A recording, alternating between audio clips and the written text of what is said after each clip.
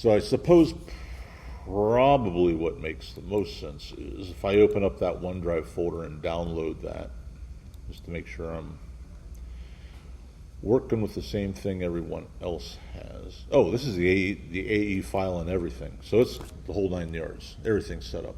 That's cool. I'm just gonna download that file.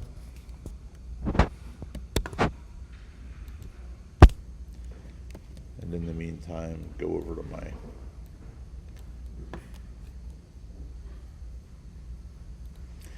transport AE. There we go.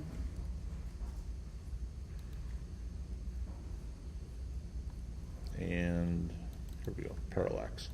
So the Photoshop document that's in that folder is kind of set up a certain way. And it's much the same way that everything else is always set up. But I'm going to go ahead and open this up just to sort of look at it real fast. It's a big file. I mean, this is going to be a 1920 by 1080. So, you know, every time, we make an image, it's got to be big enough to work within the file size that we're going to have. But what this Photoshop document has is a whole bunch of layers kind of put together to make a single photo. So this particular one I built.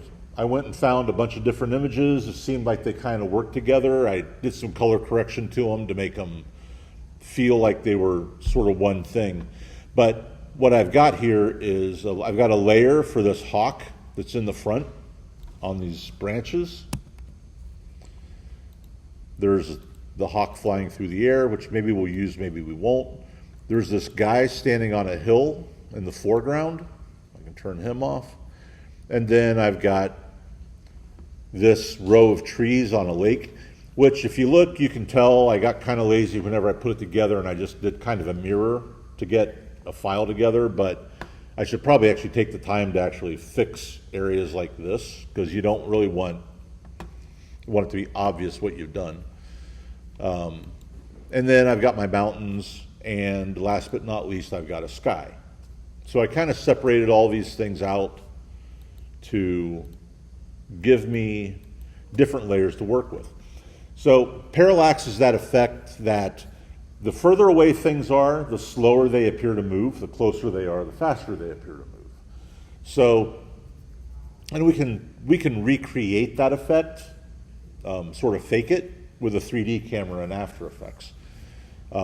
I set this file up. I mean, it's a long image. What I'm going to do is just basically kind of pan across it. When I'm done,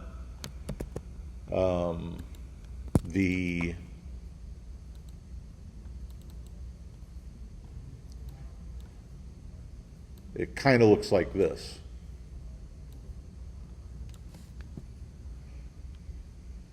So, it allows me to sort of layer things out, and as I move my camera, animate my camera, it pans across this landscape, and everything feels as though it's got depth.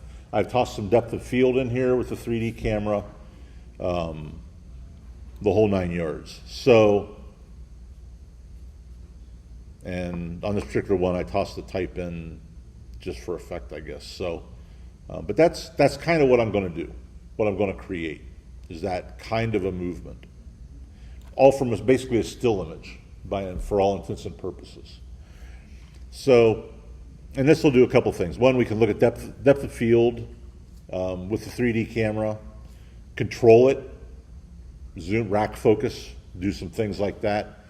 Animate the camera, all those sorts of things. So that's roughly what we're going to do. It should come out pretty much that way. So that's my Photoshop file, and I'm just going to open up After Effects. Wherever it is. Come on. And I want to drop that in. So the file that was on Brightspace has an After Effects file in it that's already set up. So you can, when I'm done, you can either tear that apart or you can kind of look at it as I'm going through this. But we'll just create a new project, and the first thing I want to do is import that Photoshop document, which is this Parallax PSD file. So if I import my file, go here to my After Effects stuff, down to Parallax, and Parallax PSD. So I'm going to create a composition, let it create a composition, and I'm going to import every layer's footage.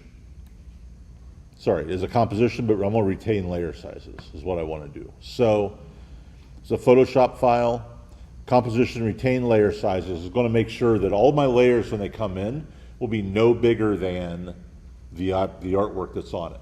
So composition retain layer sizes, create composition, and we'll open that.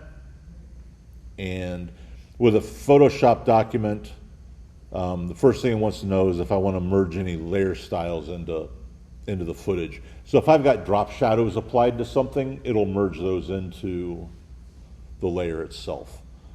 So I'm going to just tell it yes, because I don't have any of that kind of stuff. So we'll do that.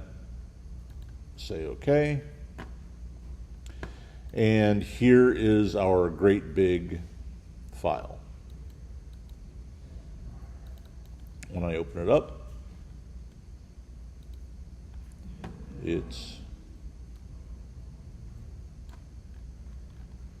that's what I've got. Looks like my Photoshop document. So we're going to create a 1920 by 1080 composition. I'm not going to change the size of this composition whatsoever. Yes, I am. But I'm going to add a 3D camera to this. So the first thing I think I want to do is within this composition, I can do two things. I can either resize this composition to 1920 by 1080, or I could create a 1920 by 1080 composition, copy all of these layers out and paste it into it, which I think maybe is what I'm going to do.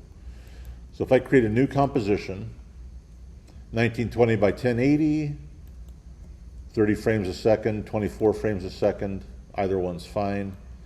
And I'm going to make this like 5 seconds long. I think that's all the more I really need. 1, 2, and let's go 10. I can always trim it down. So I'll go 10 seconds, say OK. Wrong size.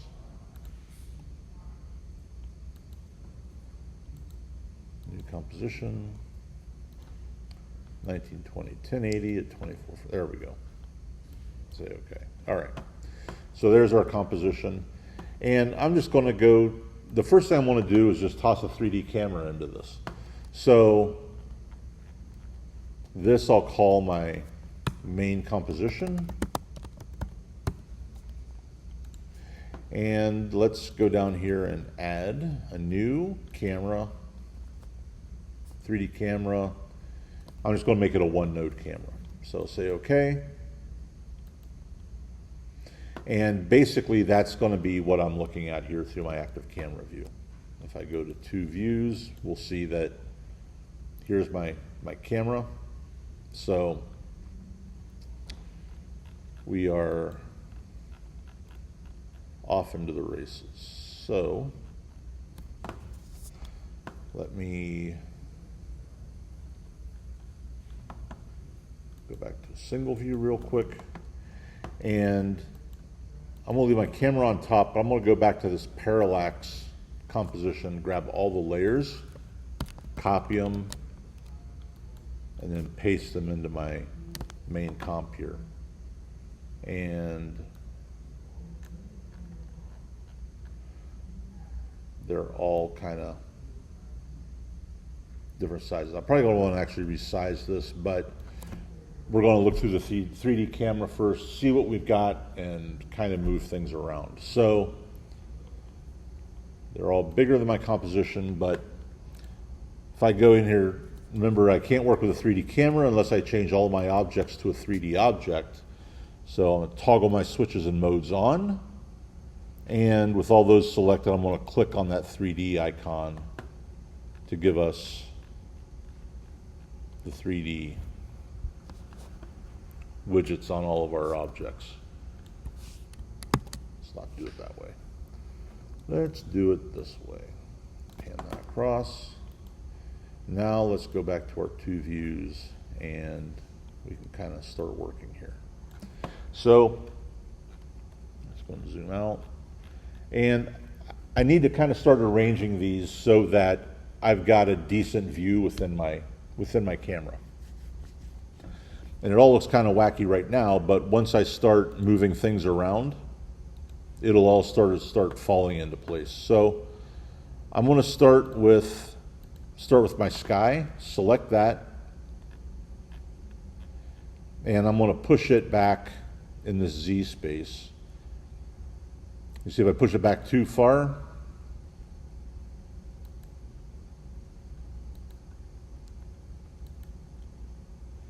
my transparency grid shows through, so just grab that, pull it back this direction a little bit. So there's my sky positioned. I'll grab the next one up, my mountains. Select that and just slide it back in space. And I don't want to get it, I want it to be away from, there's my sky layer. I want it to be away from my sky. Maybe I'll push my sky layer back. I can scale it up though, because what matters is the resolution of my viewport. So if I push that back just a little bit further, I can always scale it up a bit if I need to. Do that. Grab my mountains, slip them back, maybe up a little bit.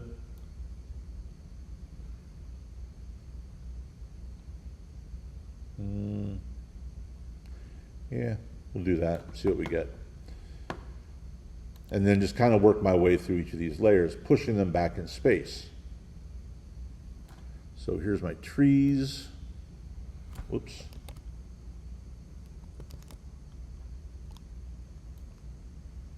Push them back. What do I have? So I think I want to pull that up just a little bit. Probably scale them down. I've just got to kind of work each of these different layers till I get what I want to see through the viewport. There's really not too much you can do about that. I'm going to turn off this hawk for right now. He's kind of in my way. Oh, not that one, that one. And then the foreground, this should be this is the guy on the hillside, which I can't see in my viewport right now, but if I go ahead and grab my camera, select that, slide it to the side, I can see him. So, and you can kind of start seeing as I move this camera across from where it's at, each of those layers kind of moves at its own pace a little bit. So I'm just going to slide my camera across so I can see this guy. Let's push him back into space a little bit.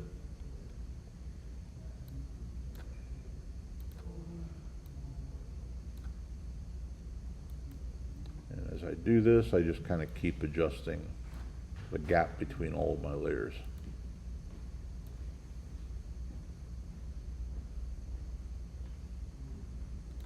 I'll probably adjust him later on, but then I'll grab my hawk and push him back to about there maybe. I can grab my camera, slide it back this way.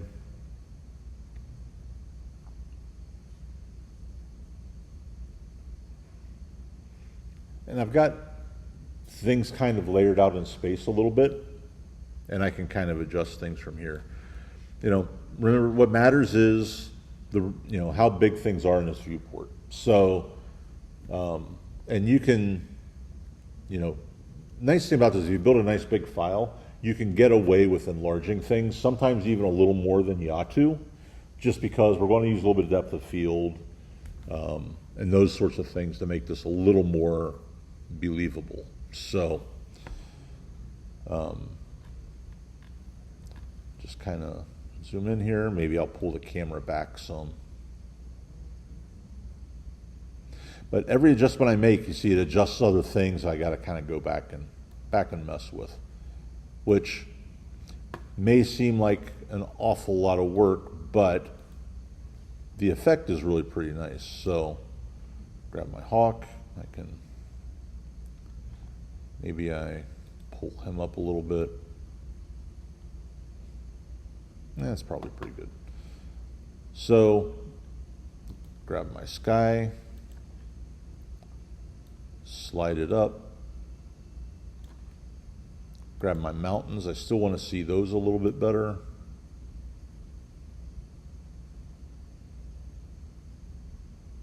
There are those.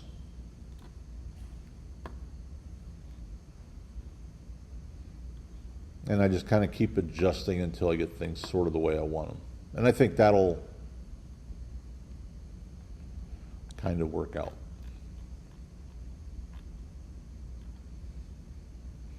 So I've got a few things that are a little odd. I've got my mountains here are too short. I can try to sort of slide them to the right, but we'll have to wait and see what we get. I might have to do a little bit of work on that.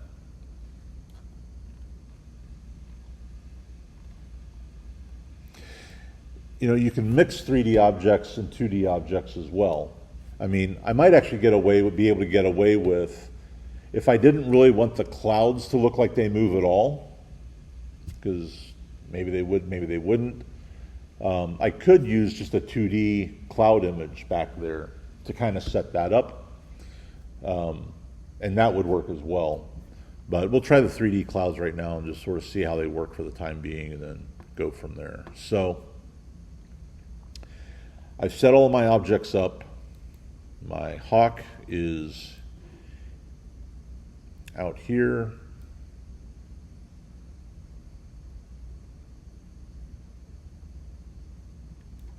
Like that. And then if I just sort of grab my 3D camera and pull it to this side, I could start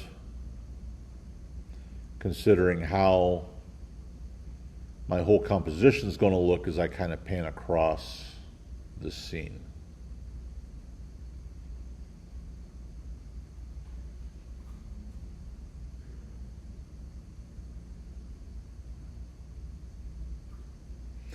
If I really want to, I mean, and it truly works in true parallax fashion, if I really want to exaggerate that parallax, I would just take and sort of shove objects back further into my workspace and enlarge them so that they're further away. So if I push my sky back even further,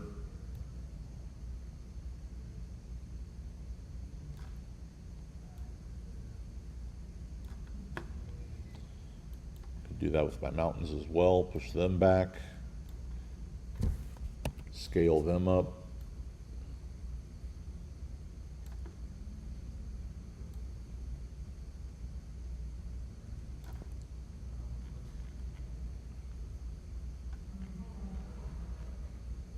You get the effect. So now if I grab my camera again and pan those around, I've kind of exaggerated that motion just a little bit.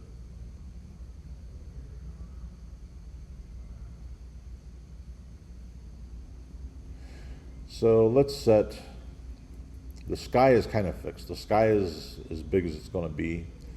So I'm just going to set my camera here, and I'm going to start by just animating it. So, and I'll still probably go back and adjust the rest of this as I go. So set that there,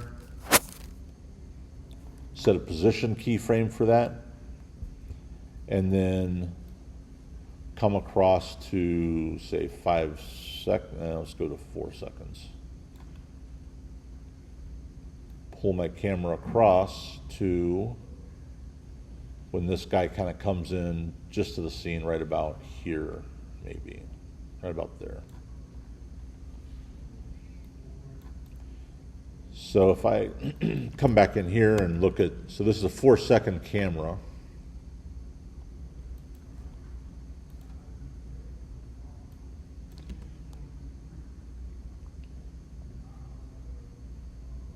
It's a little quick. So I'll just select all of these objects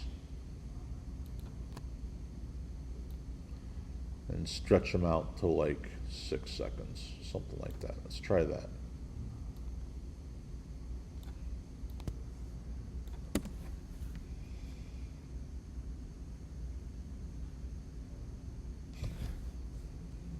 Still seems just, oh, because I didn't move my keyframes. That would have been beneficial. All right, now let's try that. That's why it didn't look any different. That's a little slower movement. It works, I think, a little bit better. But even at that, even at this, you can kind of see that difference in speed of all of these layers. So we're just gonna do that, and I'm gonna real quick sort of ease these keyframes so that it just, the camera sort of starts out slow and then eases into its last position. But that's what we're going to work with. Still think it needs to be a little slower. Let's go to 8. Go to 8. Stretch these all out, and all right.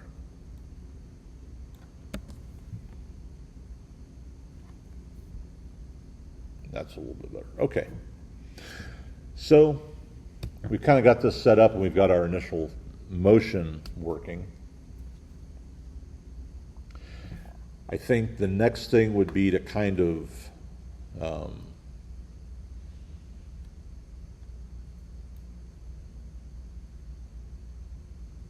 set up a little bit of depth of field. Oh, we're going to have to fix, I'm going to have to fix those mountains. My mountains just kind of abruptly end, proving that the Earth is flat. So let's slide those over, start doing those. Just do that, and then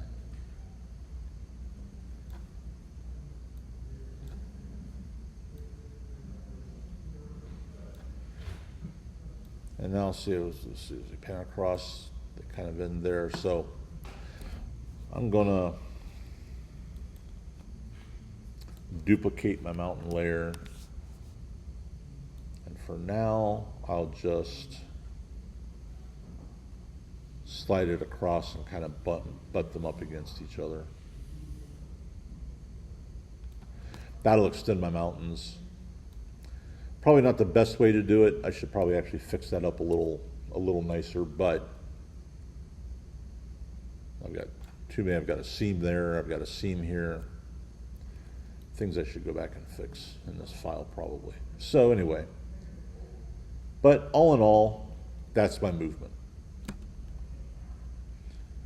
So let's start off with, so I want to put some depth of field into this. So again, kind of one of those places where 3D camera kind of excels a little bit. I want to draw focus on, say, the trees back here. So if I, with my camera, if I open up my camera here, let's not do that. Let's open up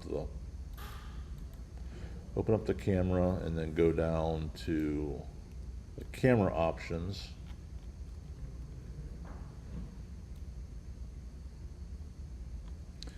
And what affects depth of field most is the aperture setting in a camera.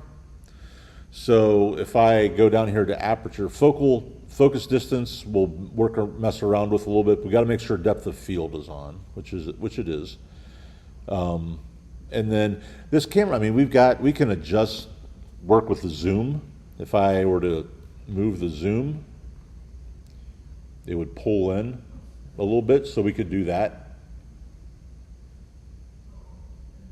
Sort of zoom in and then draw out if we wanted. all these different things we can animate. Maybe we do, but I want to focus on the depth of field portion. So let's set our aperture to something really high, and we can see the whole frame getting blurry because my camera's all the way back here within my 3D space. So I crank my aperture up to about, let's go 800 or so. And then the focus distance is what I want to look at next. So if I move this focus distance, notice on my camera this additional plane that's stretching out. So if I move this focal distance out, this first layer here is my bird. And notice that my trees have started coming into focus a little bit, but if I were to pan across here, my bird's in focus. Because I pulled this plane that comes out here whenever I adjust focus distance, that's my plane of focus. So I've got that in focus, and if I keep drawing this along, now the bird starts to drop out of focus, and now the trees are in focus. And if I keep going to the mountains are in focus, the bird is less in focus. So I can adjust my foreground and my background depth of field this way and get some, add a little bit of variety into this as it pans across. So if I do that, actually I'm going to pull this back across. So this layer right here are my trees. So let's just pull this back across to there, back to about the trees.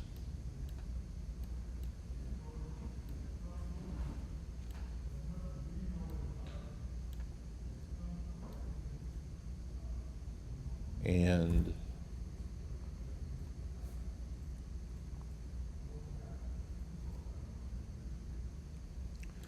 we'll just kind of start there. Set a keyframe for our focus distance. And then I'm just going to pan across, pull my timeline across so it pans, and right about here I want my bird to be in focus. So I'm just going to adjust my focus distance as I was just doing,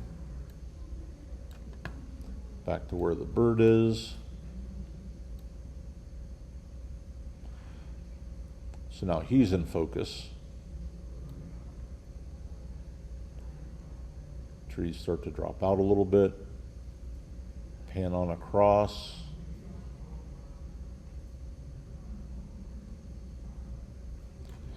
And by the time I get to close to the end, I want this guy to be in focus. So I'll just kind of push my focal plane back out to his layer. And if I want to exaggerate this a little bit more, this blur level, it's set to 100% right now. I can increase that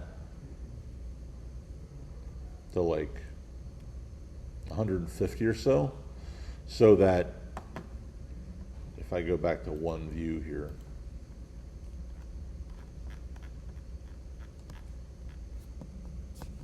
if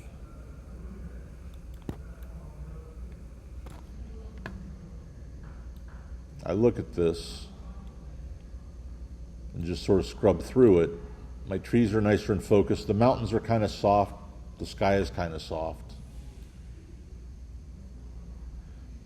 As I pan across, my bird comes into focus, but all of that drops out.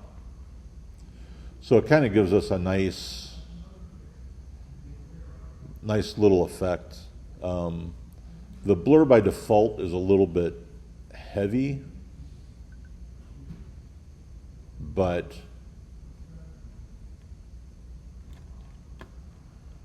we can kind of adjust the way the blur looks too by adjusting our iris shape.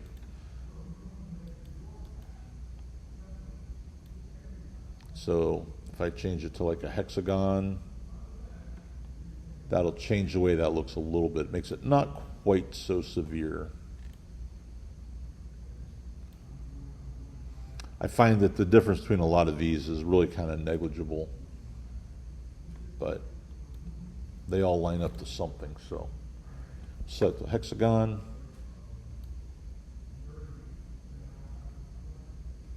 And in this particular animation, I'm not going to set lights or anything else. I'm just going to let the image itself kind of do all the work. If I was to drop a light in here, I'd now have to sort of mess with, I'll just do it. So if I toss a light in, point light, the whole scene kind of goes dark until I